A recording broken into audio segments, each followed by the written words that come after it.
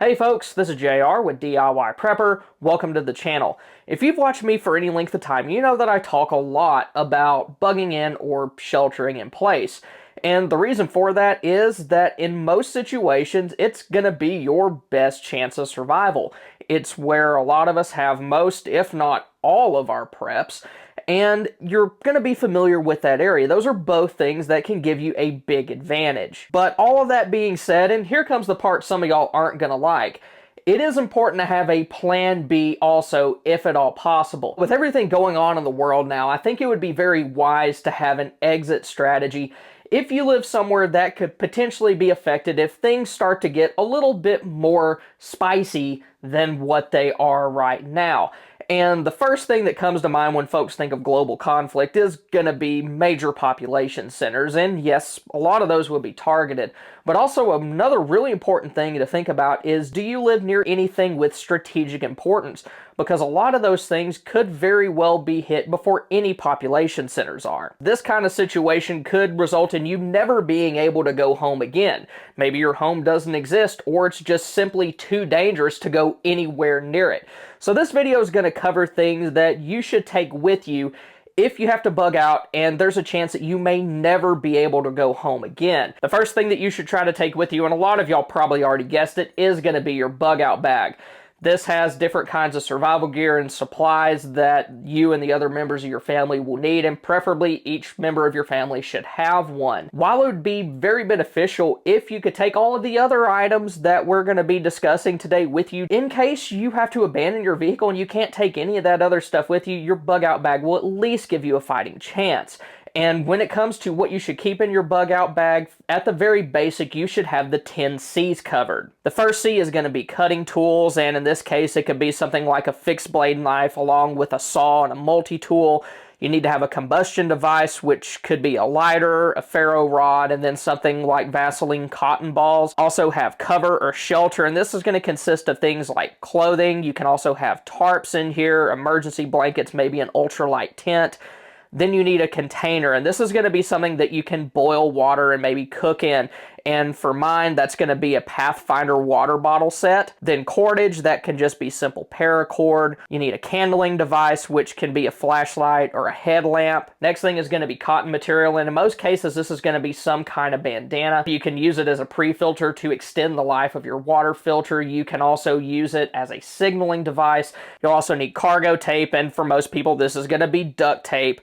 You need a compass, and then also a canvas needle for making repairs to different kinds of gear. And the reason why you need a canvas needle is that some things have very thick, very durable material that may be hard to get through with just a regular small sewing needle. The next thing that you need to take with you is your animals, because probably the worst thing that you could do is just leave them behind to starve. So you really need to have a plan for them. Think about how are you going to transport them. Also think about how are you going to feed those animals? Have you calculated their water needs, because they are going to use up a significant amount of water, and they're going to need their own special things like their own food and water bowls and then other equipment so you can keep up with them. The third thing that you want to bring with you are family photos. These are going to have a lot of sentimental value, especially if you lose somebody along the way. But from a more practical standpoint, they can be used to help identify people, or in the case if you get separated from loved ones, they can be used to help you find them. In that situation, you want to have some hard copies of photos in addition to the stuff that you keep on your phone. If your phone died 2 weeks ago and you haven't been able to charge it up since, having some sort of like physical picture that you can take out of a wallet or a bag, whatever the case may be, could be very helpful. You also need to carry important documents with you. While a lot of us would assume that the systems that make our current way of life possible would cease to exist, the truth of the matter is we don't know what's going to occur. I mean, it might be way worse than we're thinking. It might not be quite as bad as what we're thinking. So being able to prove your identity, the identities of your children, and your ownership of certain things would be beneficial. So having things like social security cards would be good. Also driver's licenses and passports, so you can prove you are who you say you are. Also, birth certificates are important, and if you're like me and my wife, if you've adopted any children, you definitely need to have adoption decrees for those children in case there's any questions later on. Then as far as ownership documents, you need to have deeds to like your house, your car. Also, if you have any important accounts like retirement accounts, you need to have that information along with insurance documents. And it's a good idea to have all of these in both a hard copy as well as a digital backup form. And for a digital backup, it can be something just as simple as a thumb drive. And to protect that, maybe use a small Mylar bag, heat seal it, and then put that Mylar bag in something like a Faraday bag. That way, unless the thing catches on fire, it's going to be protected against most of the different kinds of things that could potentially damage it. Another thing that you need to try to take with you is as much food as possible. And the food that you should take with you ideally should be shelf-stable, lightweight, and easy to prepare. This is going to be where a lot of freeze-dried meals are going to come into play because they're easy to prepare. They weigh next to nothing. And the only thing you have to do to them is add water. Actually, you don't even have to do that. You can safely eat that stuff straight out of the package. Then other things like canned goods would be good to have. And if you have space, yeah, go ahead and bring like your bulk storage of things like rice and beans. Just know that's going to be a little bit harder to prepare on the fly. And since we're talking about more long-term situations, if you have heirloom seeds, definitely grab those. Being able to have the basic foundation for a survival garden with you is always a good idea. Then if you have any game processing tools, like a nice butchering set that you use when you're like deer or elk hunting, that would be a good thing to bring, along with any weapons that you have for harvesting game, and then also for defense. That's everything from your concealed carry to your kid's .22 to your semi-auto rifle, all the way up to deer rifles and things like that. Bring as much of that as you can, along with ammo and mags. If you're into archery, then of course bring your bow, your crossbow, any arrows that you have, broadheads, and then also be sure to bring fishing and trapping gear if you have that. Another thing that you want to bring with you is anything that has to do with water. That's going to be where portable water containers are very advantageous. We use them when we go on road trips just in case we break down and need a little bit of water. But if we're talking about a permanent bug out situation, bring as many of those as you can. Collapsible water containers are also useful. They won't take up very much room while you're traveling, but they will allow you to have additional water storage. Also, try to bring any bottled water that you may have around the house, because that's going to be very easy to use while you're on the fly. You can just grab them and go.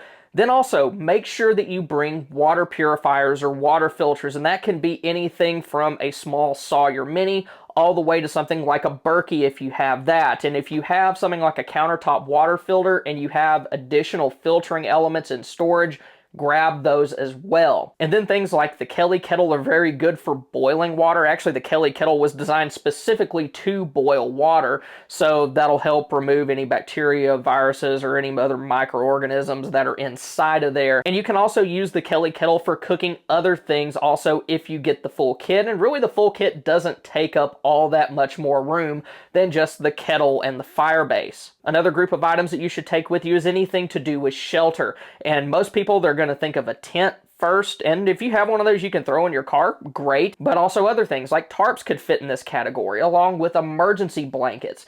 If you have any sleeping bags, grab those, and then also sleeping mats. And if you have somebody in your family who maybe isn't in the best shape, maybe they have back problems, consider bringing an air mattress also. I know that's kind of a luxury item, but if you have a way to blow it up and it could make somebody's life a little bit easier, why not? Another thing that you should bring with you is different kinds of clothing.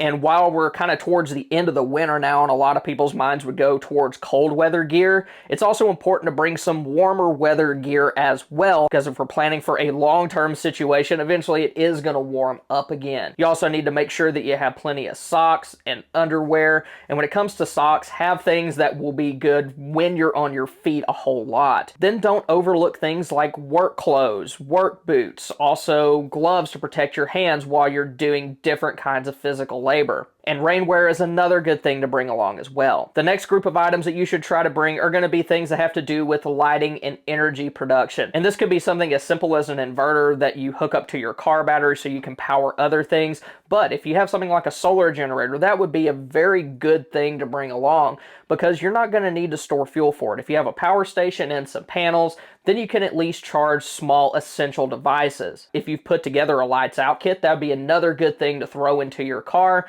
And ideally that would have just simple things like LED lighting, flashlights, headlamps, and lanterns. Also some batteries, preferably ones that are rechargeable, especially if you already have a solar generator. And then also charging cables for different kinds of devices. That way you don't have to scrounge around trying to find cables for everything. You already have some that you can just load up and go. Oil lanterns would be another good thing to bring along because they're flexible in the kinds of fuels that they can use. And if things get really serious, they will still continue to work after an EMP, where some of your electronic lighting methods may or may not. Also bring any gas cans that you may have. Even the empty ones can be used to collect fuel later on. Then if you have the space, you might want to consider bringing a heater and some fuel along for that. You should also bring as many medical and first aid supplies as possible. Probably the top of the list are going to be prescription meds, because a lot of people, they need those to survive. Then antibiotics, because those can be lifesavers as well. You also need to have first aid items ranging from just simple things to deal with minor cuts and scrapes, all the way to some things to help deal with more serious trauma. And also, don't forget over-the-counter medications, especially if you're somebody who deals with a condition that's a little more chronic, like heartburn or allergies. Bring as much of that as you can so that you stay not miserable as long as possible. The next group of items that you should try to bring with you are different kinds of tools. And for these, start with the ones that would be useful for keeping a vehicle up and running. If you're bugging out and you're trying to take a lot of stuff with you, you're not going to be able to do that if your car stops working. So basic things like jumper cables, tire inflators, ratchets and wrenches. Then for more long-term tools, things like hand saws, egg beater drills, things like that, so that if there's an EMP and you can't get your power tools to work, if you bring those, you can at least cut wood, drill holes, do basic things. Then also have things like hammers, screwdrivers, and other just basic simple tools. If you have space, yeah, go ahead and bring your power tools if you have a way to keep them powered. For example, I could use a solar generator to keep my cordless power tools up and running. Even small power stations can do a pretty good job of charging those batteries. Now, the really big question is, how in the world are you going to carry all of this junk with you? Well, first of all, it's best to practice all the packing Tetris ahead of time so you know kind of the best way to put everything in your vehicle so you can bring as much with you as possible. This becomes a lot easier, of course, if you are a two-car family. If you're somebody who doesn't have any vehicle at all, obviously that is a huge challenge. I mean, maybe consider making some sort of like rickshaw type cart or something. That would probably be your best bet. But also, if you have a truck with an open bed, consider getting a tonneau cover or a camper shell, which will allow you to safely store more things in the back of that vehicle. If you have something like an SUV, consider taking the seats out so you can cram more stuff back there. But probably the best way to go about doing this is to have a small trailer that you can pack up ahead of time. Because in some situations, you're not going to have a whole lot of lead time, and having everything already staged and ready to go would be incredibly beneficial, because packing all of this stuff on very short notice really isn't going to be doable. So the trailer probably is going to be a lot of people's best bet. And then, of course, you want to have basic survival gear in your vehicle at all times. So in case you're rushed and all you can grab is your bug out bag and your rifle, at least you have some additional survival gear, like maybe an additional fixed blade knife, hatchet, some tarp, some cordage in there ready to go. But all that being said, it's important to understand that you're probably not going to be able to take all of that with you. Being able to load up everything that I mentioned and get it to wherever it is you're going is going to be a best case scenario. So you got to kind of think what's the most important stuff and start with the things that are most likely to sustain you and your loved ones long term. That's going to be things like your bug out bag. Also, firearms for defense, water filtration and purification items, anything that would help you construct a shelter. And then also basic survival gear. Maybe you don't have a hatchet in your bug out bag. Grab one of those. Also, fixed blade full tang knives would be useful as well. Then as far as items that you would leave behind, pretty much anything that you have a limited amount of fuel for and you would not be able to support long term, those are going to be things that would be on the chopping block first. It is a good idea to bring a foldable cart with you, so if you have to abandon your vehicle, then you can cram at least some additional gear inside of that folding cart so you're not just stuck with the stuff in your bug out bag. But one way to make sure that as many of your supplies make it to your final destination as possible is to already have them staged there to begin with. If you plan on going to like some family property or family member's house, maybe work out something where you can store some of that there ahead of time. If worse comes to worse and you don't make it, then they would be able to use those supplies, which I think a lot of us would agree that we would rather see our loved ones be able to use those supplies if something happens to us than them just be wasted. And as far as when you should actually go, you need to have definite red lines decided in your mind so that when those things occur, you put your plan into motion. Because you don't want to be caught up in the huge exodus of people trying to leave, because you're probably not going to get anywhere. And do not consider a missile warning on your phone to be a red line, because by the time that happens, it's probably already going to be too late. If you want to see a video that covers several different reasons why you need to bug out, check out this video. And if you want to see things that could completely wreck your bug out plan, check out this video. Thank y'all for stopping by. Y'all have a good one.